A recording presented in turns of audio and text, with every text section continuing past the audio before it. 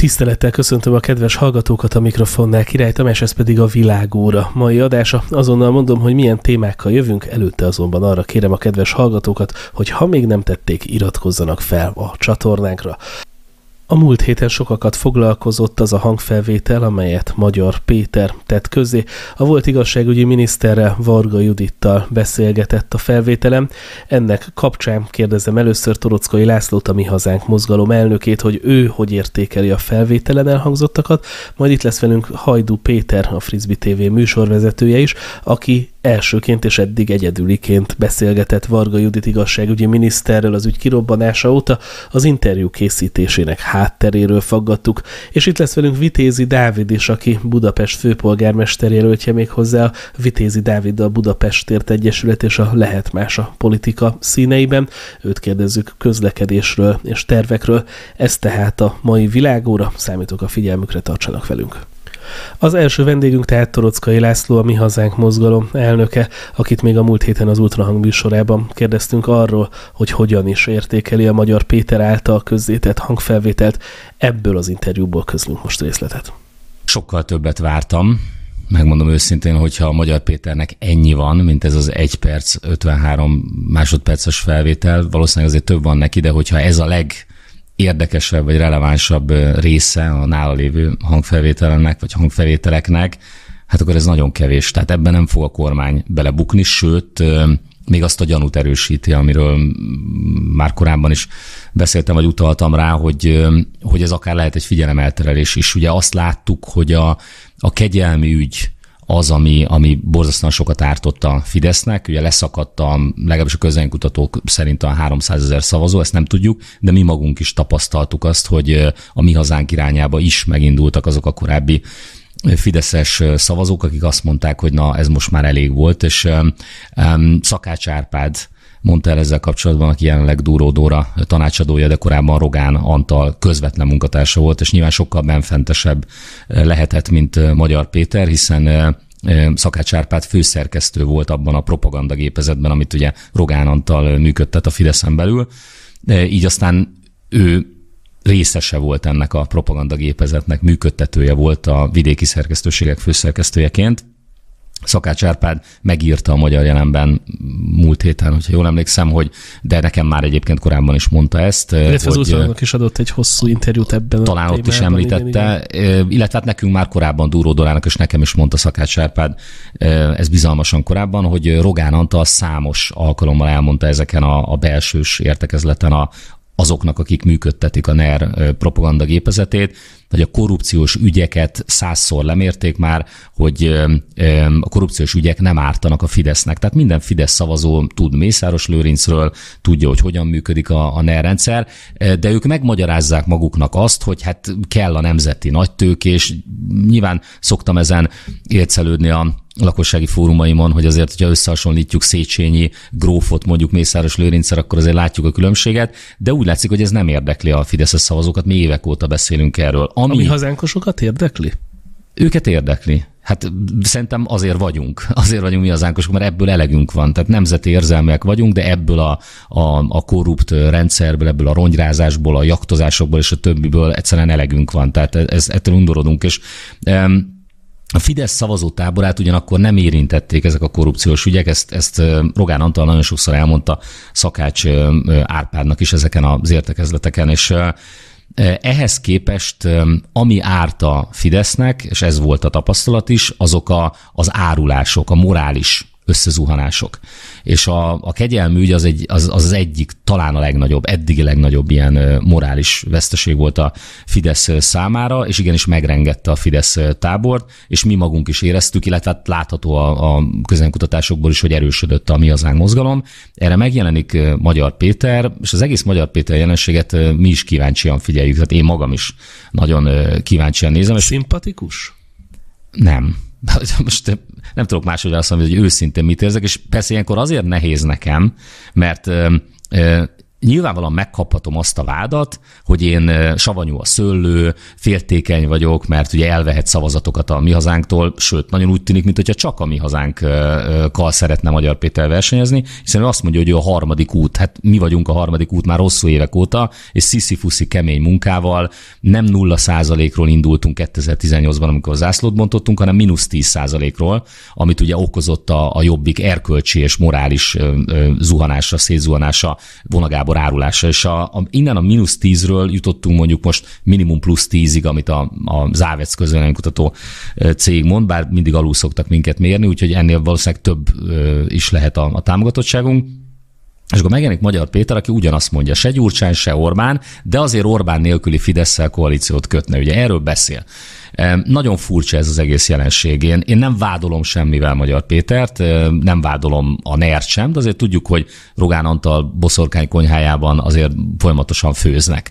És az is nagyon furcsa, hogy ez a hangfelvétel, visszatérve magára a hangfelvételre, ez a hangfelvétel ez szinte kontraproduktív, és mindjárt rátérnék az elemzésére, de azért még előtte annyit, hogy tehát érhet engem az a vád, hogy mivel valóban lehet akár veszélyes a Mi Hazánk mozgalomra Magyar Péter jelenség, a Fideszre nem, ezt állítom, hogy a Fideszre nem semmilyen veszélyt, tehát nem jelent, hiszen nem morálisan, nem tudom, buktatja meg a Fideszt, hanem egy olyan korrupciós ügyről beszél, amit már hosszú évekkel ezelőtt pont mi, dr. Fiszter Zsuzsával, mi tártunk föl. Tehát ebben a sajtó már bőven szemlézte ezt az ügyet. Ez nem egy ügy, ez a SAD ügy, ez nem egy új ügy. El tudta tolni magától, és úgymond Völner párra tudta, majd azt mondom, hogy Völner János, de ebben mindig belebonyolod, azt, hogy Völner párra tudta tolni ezt az ügyet. Tehát Völner pár a Fidesz politikusa, államtitkára, tehát a kormány érintettség az teljesen nyilvánvaló volt eddig is. Ebből a hangfelvételből, de akkor csak muszáj a hangfelvételre rátérni, bár még azért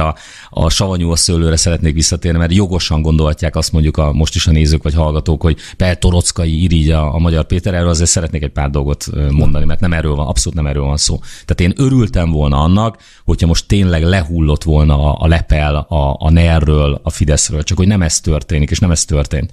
És én már utaltam erre múlt héten, amikor a TikTokon, YouTube-on közzétettem egy videót, hogy azért nézzük meg, hogy mi lesz ennek a kifutása, ennek a vége, és utána elemezzük.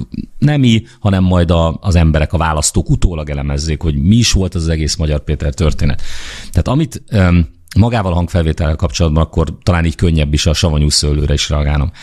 Magát, hogyha ezt a hangfelvételt megnézzük, akkor ez egy óriási csalódás.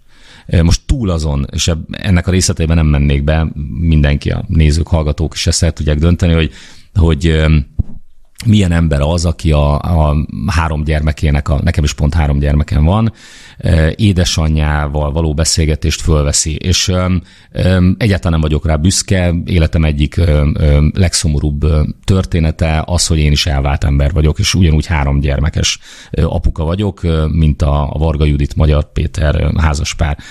Teljesen elképzelhetetlennek tartom azt, hogy kialakuljon olyan helyzet bármilyen politikai vagy bármilyen egyéb okokból, hogy én titkos hangfelvételeket készítsek otthon. Tehát már vagy őről készítsen. Hát én rólam persze lehet, de hogy én a gyerekeim anyjáról. Tehát de ez csak az emberi része. Nyilván, hogyha egy olyan ügyről lenne szó, ami a hazának annyira fontos, vagy a magyarságnak annyira fontos, akkor persze vannak olyan szituációk. Csak hogy ez a hangfelvétel, ez nem ilyen. Tehát ebbe a kormány nem fog belebukni. És ez a fő problémám ezzel az egész akkor nem ügyel kell Rogán Antalnak elmenekülnie emiatt a hangfelvétel miatt olyan helyre, ahol nincs kiadatás? Dehogy, hát nézzük meg, hogy mi van ebben a hangfelvételben. Tehát mi az, ami novum? Tehát maga az ügy, a Sádöl ügy, az egy réges-régen föltárt ügy. Ezzel kapcsolatban elmondtam, sőt, hát talán akkor az én YouTube csatornámon korábban közzétett nyilvánosságra hozott nyomozati lehallgatás, ami most is ott van a YouTube csatornámon, az ebből a szempontból lehet, hogy meredekebb, hiszen ott maguk a bűnözők, ugye Sad György, maga a fő érintett, az ő bűnöző társával beszél arról, hogy szegény Tóni így meg úgy. Tehát akkor már az említés, az gyakorlatilag büntetőjogilag azt szerintem relevánsabb lenne. De ami ennek az egész felvételnek a legérdekesebb tanulsága, hogy ebben a hangfelvételben az hangzik el, hogy a magyar ügyészség független. Ez hangzik el a beszélgetésben. Polt Péter nem ura a helyzetnek, megkérték az ügyészeket, hogy nyúljanak bele, de nem hajtottak mindent végre. Én többször meghallgattam és elolvastam, ugye feliratozva is van ezt a hangfelvételt, mert nem akartam elhinni, hogy ezt tette közzé Magyar Péter. Tehát az egész ország meg van győződve arról, én személy szerint meg vagyok győződve arról, és hosszú évek óta beszélek arról, hogy Polt Péter és Polt Péteren keresztül, aki egy fideszes politikus volt, a Fidesz kézi vezérléssel irányítja az ügyészséget. Erről meg van győződve az egész ország, mármint az ellenzék. Ehhez képest ezen a hangfelvételen szó szerint az hangzik el, Magyar Péter kérdezi Varga Juditot, független az ügyészség, azt mondja Varga Judit igen, és utána mondja, mert Polt Péter nem ura a helyzetnek. Tehát, és azt mondja, hogy nem, ez egyértelműen azt mutatja, hogy ez azért történhetett meg, mert az ügyészségen belül Polt Péter nem ura a helyzetnek. Igen, az, hogy a Fidesz megpróbál beavatkozni az igazságszolgáltatásba, ez egy közhely, tehát ez igazából nagyon nem rendít meg senkit, ezért még nem bukik meg a kormány. De az, hogy az igazságügyminiszter arról beszél, hogy független az ügyészség, azt szerintem egy kifejezetten a Fidesznek jó. Tehát én nem gondolom, hogy ettől Rogán Antalék hivatalában megijedtek volna. És mondom, még egyszer mondom, nem új ügyről van szó. Tehát egy számos alkalommal, elsősorban általunk, a Mi Hazánk által leleplezett, lebuktatott, feltárt ügy. Nyilvánvalóan az ügyészségnek kell ezzel foglalkozni, tehát félreértés ne essék. Kell, hogy foglalkozzon az ügyészség ezzel, de Varga Judit már az első reakciójában elmondta, hogy nem gondolta komolyan, zsarolás és nem tudom, nyomásgyakorlás miatt mondta ezt. Most innentől kezdve nem lesz jogi relevanciája. Igen, mert hogy Varga Judit közzétett a Facebookon egy posztot, és ebben mondta, hogy a sajtóból olvasta fel a vádakat, és mivel már bele volt fáradva a dolgokba, azt mondta, amit Magyar Péter hallani akart. Igen, na most a másik az, hogy tehát egyrészt nincs jogi relevanciája. Tehát két fontos szempontot kell vizsgálnunk. Van-e jogi relevanciája? Nincs. Tehát ezt mondom azért, mert jogász családból származom. Tehát ez nem kell, nem tudom, pártelnöknek lennem. Ezt pontosan tudjuk, az én családomban sok jogász van. Tehát pontosan tudjuk, hogy ennek nem lesz jogi relevanciája. 1. 2. A politikai következménye. Ebből a kettő szempontból lehet, vagy vártuk nagyon ezt a hangfelvételt. Független attól, hogy a hangfelvétel készítés azt szerintem morálisan is egy katasztrófa egy családon belül, de oké. Hát, ha olyan politikai ügyet fog föltárni, és azért kellett ilyen egyébként elég, hát hogy nem túl egyenes módon rögzíteni egy családi beszélgetés, mert olyan új politikai botrány kerekedik belőle, amiben belebukik a kormány. De ebből nem lesz. Tehát még egyszer mondom, ez egy feltárt ügy, egy ismert ügy, amit a Mi Hazánk éveken át feltárt, akkor valamiért a sajtó nem nagyon érdeklődött annyira, mint most Magyar Péterrel kapcsolatban.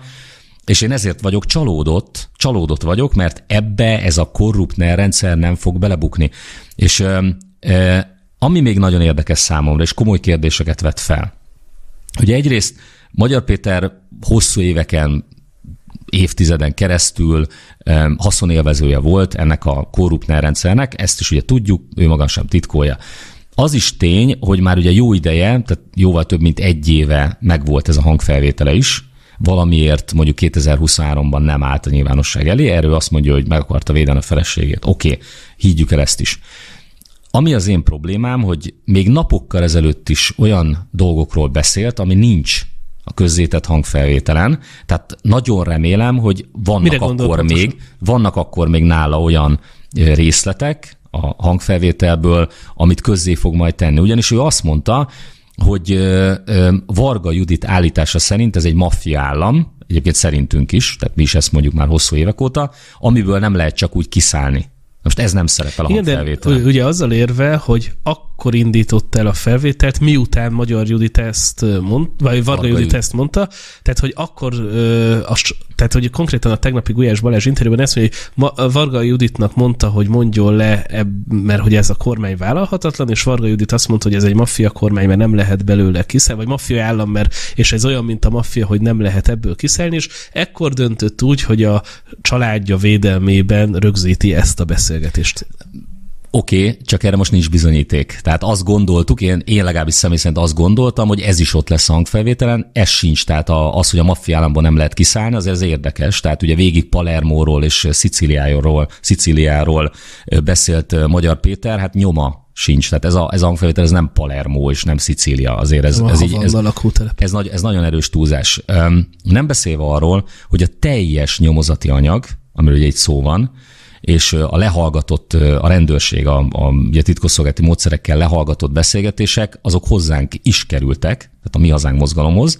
Én ezt korábban már nyilvánosságra hoztam, ebből részletek ott vannak a YouTube csatornámon, és erről már beszéltünk, és azt is elmondtam, hogy azért kaphattuk meg ezeket a nyomozati anyagokat, mert azok a végrehajtók, akikkel mi hosszú évek óta, elsősorban dr. Fiszter Zsuzsanna, a Mi Hazánk mozgalom szakpolitikusa tartotta a kapcsolatot, kockáztatva a biztonságát is. Mai napig járunk bíróságra miatt, mert egy kisvárdai végrehajtó fenyegette Fiszter Zsuzsannát, aki egy fiatal családanya, egyébként jogász. Tehát egy ilyen feltáró munkát végeztünk, és ezekben a lehallgatási jegyzőkönyvekben nagyon érdekes dolgok vannak, ezeket mi folyamatosan nyilvánosságra hoztuk, ennek nagy részét egyébként a sajtó is megírta, tehát a sajtóhoz is eljuttatták őket. Azok a bátor végrehajtók, akik érintettek voltak, tehát magyarul tanúvallomásokat tettek, és így lehetett megbuktatni ezt az egész rendszert. Nagyon fontos volt az ő szerepük velük. Már réges-régen kapcsolatban álltunk, ezért voltunk mindenki előtt ezzel az üggyel. Ugye valamikor a YouTube csatornámon, nem is tudom, 2019-ben talán, tehát már jóval az egész ügy nyilvánosságra kerülése előtt elmentünk Sad Györgyhöz, vagy Sádor Györgyhöz, van vele egy beszélgetésem, ott voltak azért kemény pillanatok, nagyon érdekes, hát hogy a videókat sikerült vele akkor készítenünk. És szerepel a lehallgatásban is aztán, mert nem úgy, mint szidnak engem. Hanem, hogy igen. Hát szidnak engem, ugye Sádor György, hogy nem szállok le róla, és hogy a nyakára járok, stb. Tehát mi nyomoztunk folyamatosan utánuk, és én ezt is olyan hogy mondjam, olyan furán nézem, hogy ugye Magyar Péter azt mondja, hogy őt milyen halálos fenyegetések érik most, én ezt olyan komolytalannak tartom. Tehát egyrészt akkor, amikor Fiszter Zsuzsát fenyegették, szerintem az egy komolyabb helyzet volt, mert akkor még tártuk föl ezt az ügyet. A Toroczkai Lászlóval készült teljes felvétel meghallgatható az Ultrahang csatornáján. Most pedig Hajdú Péter következik, aki Varga Judittal készített interjút, az interjú keletkezésének hátteréről beszélgettünk vele. Ugye most mindenki azt találgatja, hogy Rogán Antalék kértek meg téged, hogy Varga Judit interjút adhasson, vagy Varga Judit jelentkezett nálad, vagy te jelentkeztél náluk, szóval kezdjük ezzel, hogy történt. Én küldtem egy SMS-t Varga Juditnak. Honnan tudtad a számát? A Gyurcsány Ferenc számát is tudom, és Gyurcsány Ferenc is adott már nekem interjút, túl vagyok 5 Orbán interjún, Medgyessy interjún, és még sorolhatnám, sőt Robert De Niro is adott már nekem interjút Paris Hiltonnal együtt. Szóval azért, hogyha ebben a szakmában én nem tudok megszerezni egy telefonszámot, akkor az szerintem elég komoly probléma lenne. Korábban jelezted már, hogy ha Varga Judit szeretne, megszólalhat, vagy ez most a napokban alakult így ki benned? A napokban is meglepően gyorsan válaszolt, azt mondta, hogy átgondolja, és utána másnap már egyeztettük is az időpontot.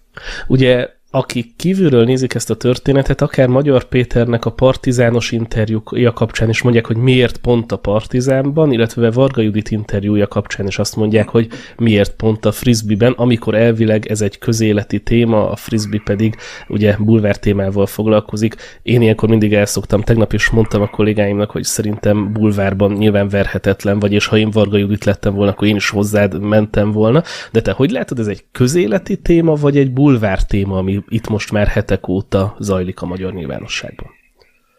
Nagyon a határán van. Azt gondolom, hogy ebből Magyar Péter mindenképpen politikát akar csinálni, de valójában szerintem én egy egészen más aspektusát látom ennek a dolognak.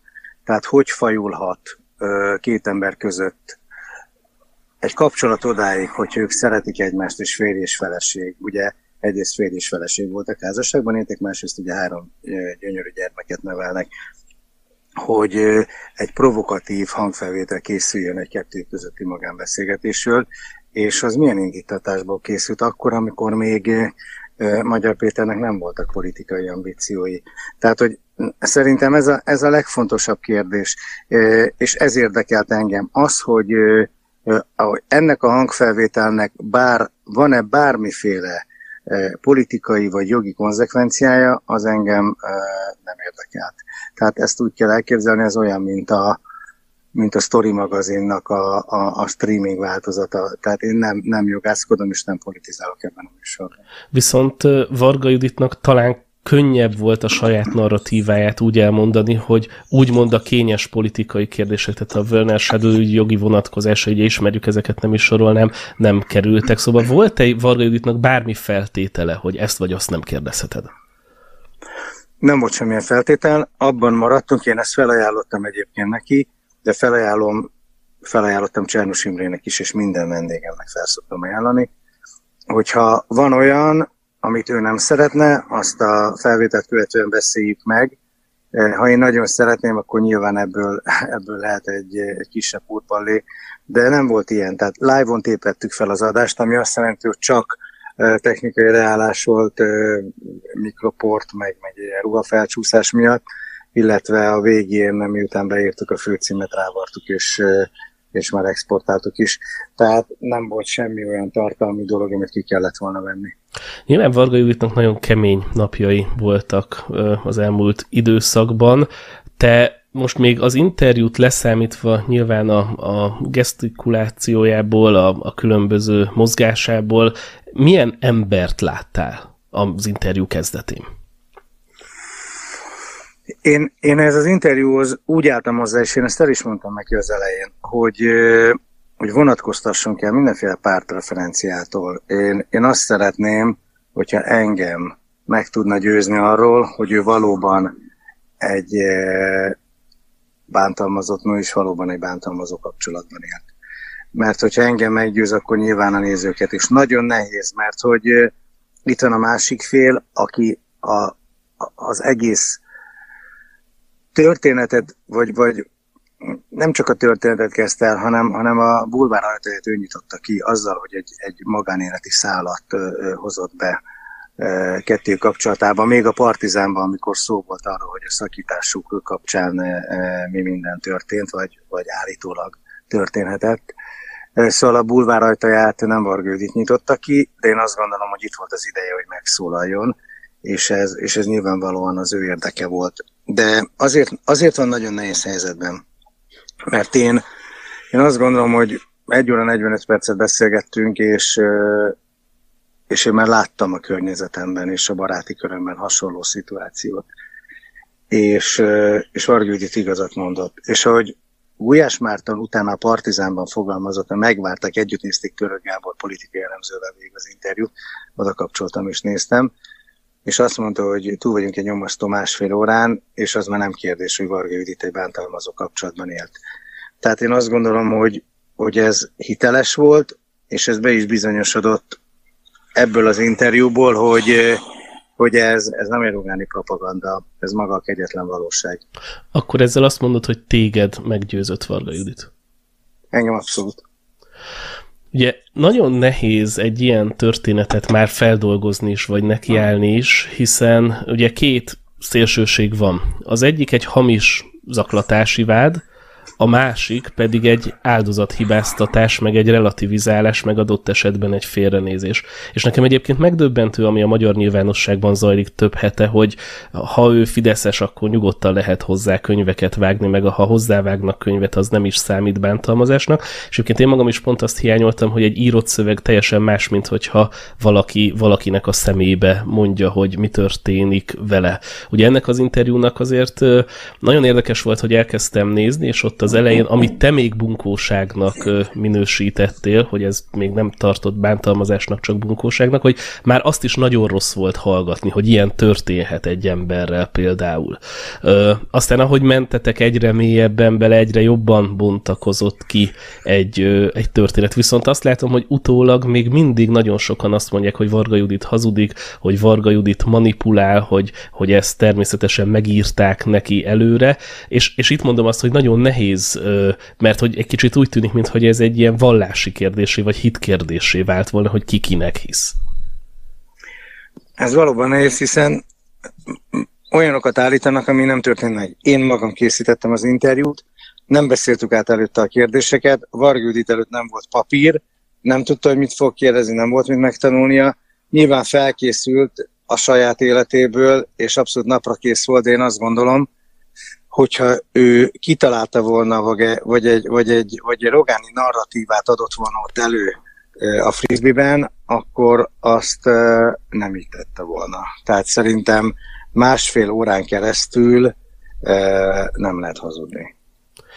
Egyébként te mennyire tudod megállapítani azt, vagy volt már olyan Varga Judittól elvonatkoztatva, amikor azt érezted, hogy az interjú alany a másik oldalon hazudik, vagy nem mond igazat? Persze, hogy volt. Nem Varga Judit esetében, de nagyon sok interjú vagyok túl, és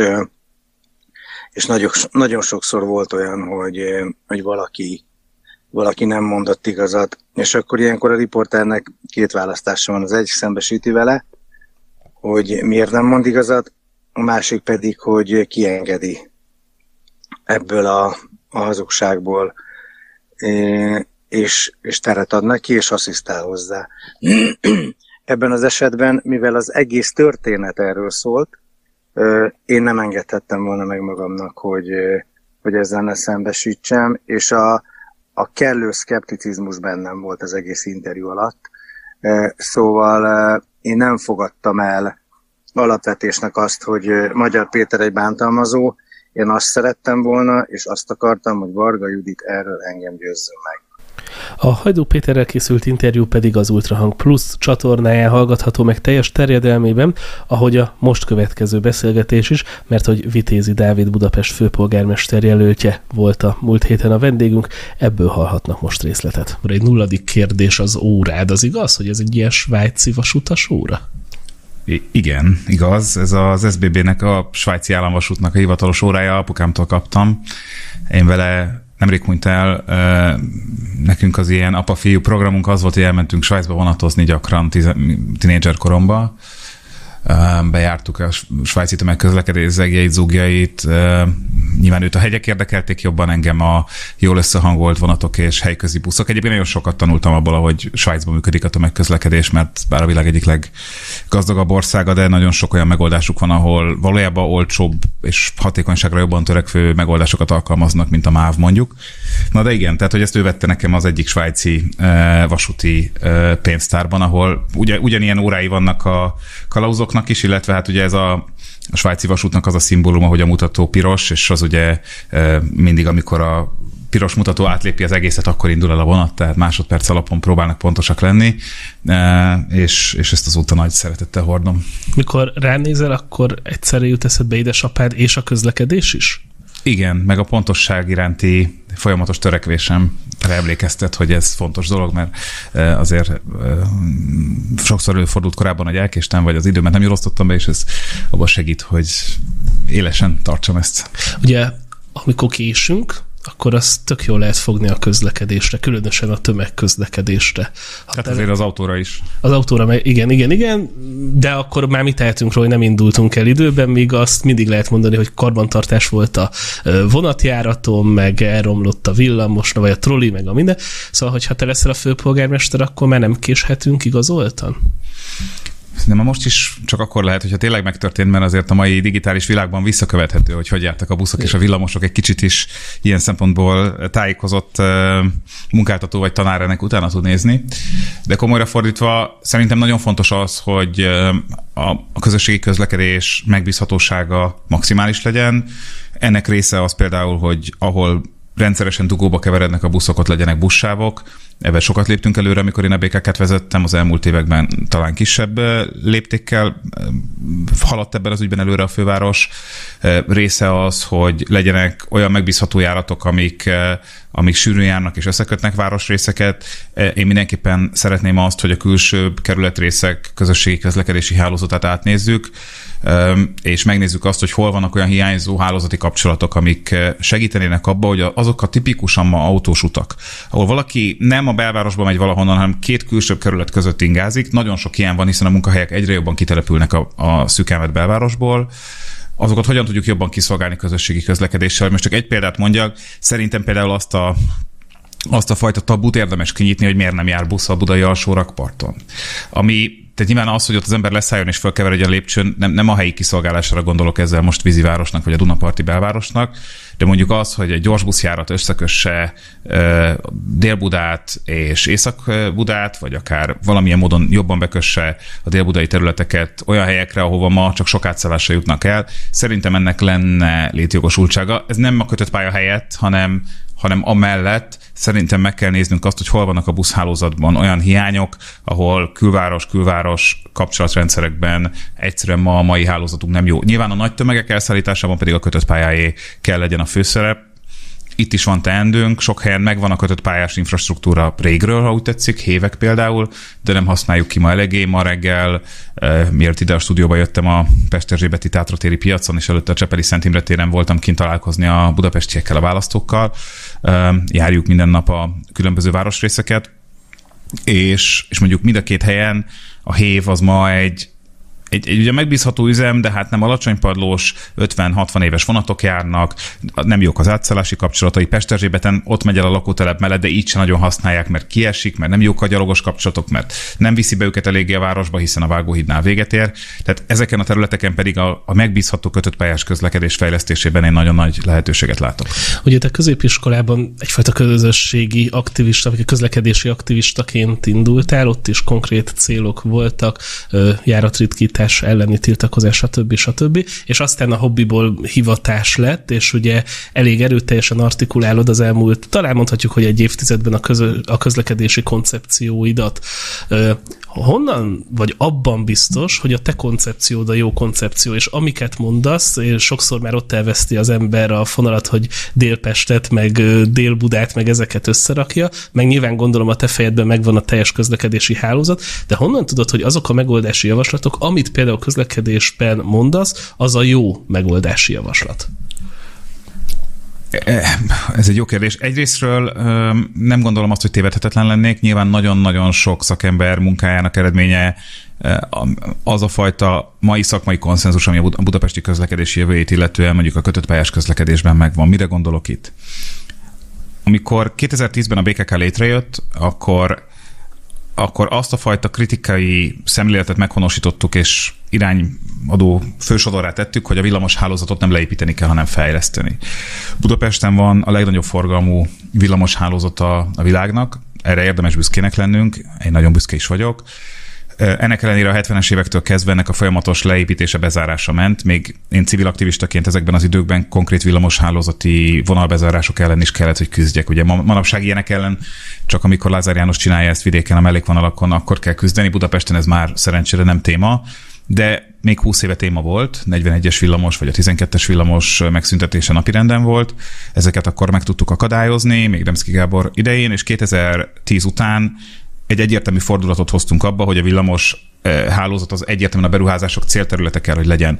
Ekkoriban csináltuk meg a budai fonódót, ami ugye a budai villamosvonalak összekapcsolását hozta, és a legbátrabb, a legambiciózusabb utasszámnövekedés fölött hozott valójában végeredményt. Ekkor újítottuk fel a nagy körgyűrűs budapesti villamosvonalakat, az 1-est, majd a 3-ast, és hosszabbítottuk meg az 1-es Dél-Budán Kelenföldig, 2 lépésben. Ez már a te koncepciód alapján ment? És azt akarom mondani, hogy itt valójában nagyon sok olyan koncepció volt, amiről a szakemberek nagyon régóta beszéltek. Valójában ezeknek egy része, mondjuk a budai fonódó az ugye létezett, ezt a 70-es évek közlekedéspolitikája megszüntette, ezeket nem kellett kitalálni, hanem valójában a szocializmus közlekedéspolitikájának bizonyos hibáit kellett visszakorrigálni, vagy amikor most Bajcsy-Zsilinszky úti villamosról beszélünk, hát az is létezett korábban. Tehát én nem akarnám magamnak vindikálni ezeket, szerintem ami nagyon fontos volt, hogy egyrészt meg tudtuk változtatni azt az irányt, hogy nem bezárunk, hanem csináljuk, hanem létesítünk, felújítunk, fejlesztjük a villamoshálózatot, és megvolt az a szakmai háttér, aki korábban el volt nyomva, nem is volt benne a fővárosi igazgatásba, aki abban segített, hogy ez valóra is váljon, és kiváló szakembereket tudtunk a BKK-hoz hívni, és lett valóság is abból, hogy ez létrejöjjön. Például, csak egy példát mondjak, szerintem a budapestiek megkedvelték, szeretik ezeket a füves vágányokat. Itt az én külföldi tapasztalataimból jött az elő, hogy hát ezt nagyon sok nyugat-európai ország csinálja, ugye zöldebb, szebb, jobb tőle a levegő, egyébként és azért is jobb tőle a levegő, mert jobban megfogja azt a port, amit a villamos fölkavar, aminek egy része ugye a fékezéskor használt homokból is ered, és egyébként kisebb a zajhatása is a villamos elhaladásának a környező házakat ez jobban védi. Tehát csak előnye van. Ennek ellenére Budapesten ezt nem használták, mi ezt a technológiát behoztuk, meghonosítottuk. Hónapos küzdelmeim voltak a Városházával, a BKV-val, a Főkerttel, mindenki elmondta, hogy jaj, hát ki fogja locsolni, ki fogja nyírni a füvet, stb. Nyilván mindegyikre találtunk választ, vettünk fűgyíró célgépet, a pályába beépítettük a locsolórendszert, és így tovább. És mára ez működik, és szerintem minden új villamospályát, ahol csak lehet, így kell megépíteni. Nyilván, ahol közúti forgalom használja, azt nem, de ahol lehetséges, ezt csinálni kell. Tehát szerintem megfordítottuk a villamosokról való gondolkodást, és megrendeltük az elmúlt évtizedek, a 80-as évek eleje óta a legnagyobb villamos flottát Budapestre, ezek a KAF villamosok, amik ugye azóta is folyamatosan még annak a szerződésnek a részeként érkeznek Budapestre, amit még én kötöttem a BKK nevében. Az utolsó 51 darab az idén fog megérkezni a választások után, valamikor ősszel. Úgyhogy szerintem ez egy nagyon fontos szemléletváltás volt, és ebben igazából azt csináltuk, és nagyon hosszan értem el ide, hogy válaszoljak. Tehát az, hogy milyen villamoshálózati fejlesztések vannak ezek a szakmában, a tervező cégeknél, a közlekedésmérnöki világban, abban a civil világban, ahonnan én jövök, azt a 40-es listát, hogy mit kéne fejleszteni a budapesti villamos hálózaton, ez megvolt. Mindenkinek a fejében nagyjából ugyanazok jöttek elő. Mi azt csináltuk, hogy ezeket rangsoroltuk nagyon szikár szakmai szempontok alapján, hol van a legnagyobb haszna, hol van a legnagyobb pozitív hatása, hol lehet a legtöbb új utas nyerni, hol van az, hogy egy kis hálózati fejlesztéssel, néhány kilométer pályával nagy városrészeknek a közlekedését tudjuk megváltoztatni, és ez alapján elindult valami. Ezeket aztán rögzítettük egy úgynevezett Budapest mobilitási tervben, akkori nevén Balázs Mór tervben. Balázs Mórról kevés szó esik, de a budapesti villamoshálózat atya volt, róla neveztük el. És azóta ez a terv lényegében valid és létezik és érvényes. Ezt a Tarlós-féle városvezetés még az én időmben, amikor BKK vezérigazgató voltam, akkor fogadta el, aztán amikor már én eljöttem, és kevésbé volt jó a viszony, akkor is ezt megerősítették, ezt a tervet, az ellenzék is megszavazta, Tarlós István ellenzéke, és amikor a baloldali akkori ellenzék hatalomra került Karácsony Gergely vezetésével, most is ugyanezek a tervek. Az én kritikám ez ügyben inkább az, hogy nem történt semmi. Tehát mióta azokat a projekteket befejezte a BKK, amiket még mi indítottunk, az 1-es villamost, a 3-as villamost, a fonódót, azóta nem történt semmi. Ez kritikája Tarlós István második ciklusának is a részemről, de ugyanúgy kritikája Karácsony Gergely első ciklusának, ahol még a tervezések se haladtak. Tényleg semmi nem történt azon kívül, hogy a Facebookra látványtervek kikerültek. És én azért azt gondolom, hogy ennél jóval több anyagi mozgástere volt a fővárosnak, mert tervezni azt akkor is tudni kell, hogyha a kivitelezésre nincs pénz, mert aztán ugye úgy működik az állami igazgatás végképp az uniós pénzek, hogyha valakinek nincs indításra kész, ugye van az angolnak erre egy ilyen nagyon, nagyon világos szava a projektmenedzsmentben, a shovel ready, ami ugye azt mondja, hogy az ásókész projektek, amik annyira elő vannak készítve, hogy minden engedélyük, minden megvan, és mindig az nyeri el végül a legtöbb pénzt, akinek ebből minél több van. Ahol már csak az első kapavágást kell. Első kapavágásra kész projektek, mert ott lehet pénzt adni. Tehát a mindenkori kormányzat, unió nyilván egy ilyen beruházásra tud pénzt adni jó szívvel, mert ezt tudja, hogy akkor is indul rögtön, és nem évekig még megy a bürokrácia. Ez volt a Világóra mai adása. Köszönöm a figyelmüket. Arra kérünk tehát még egyszer mindenkit, hogy ha még nem tették, iratkozzanak fel a Hit Rádió csatornájára, hiszen folyamatosan jövünk újabb és újabb tartalmakkal. Búcsúzunk mára, a műsorvezetőt, Király Tamást hallották, viszont hallásra.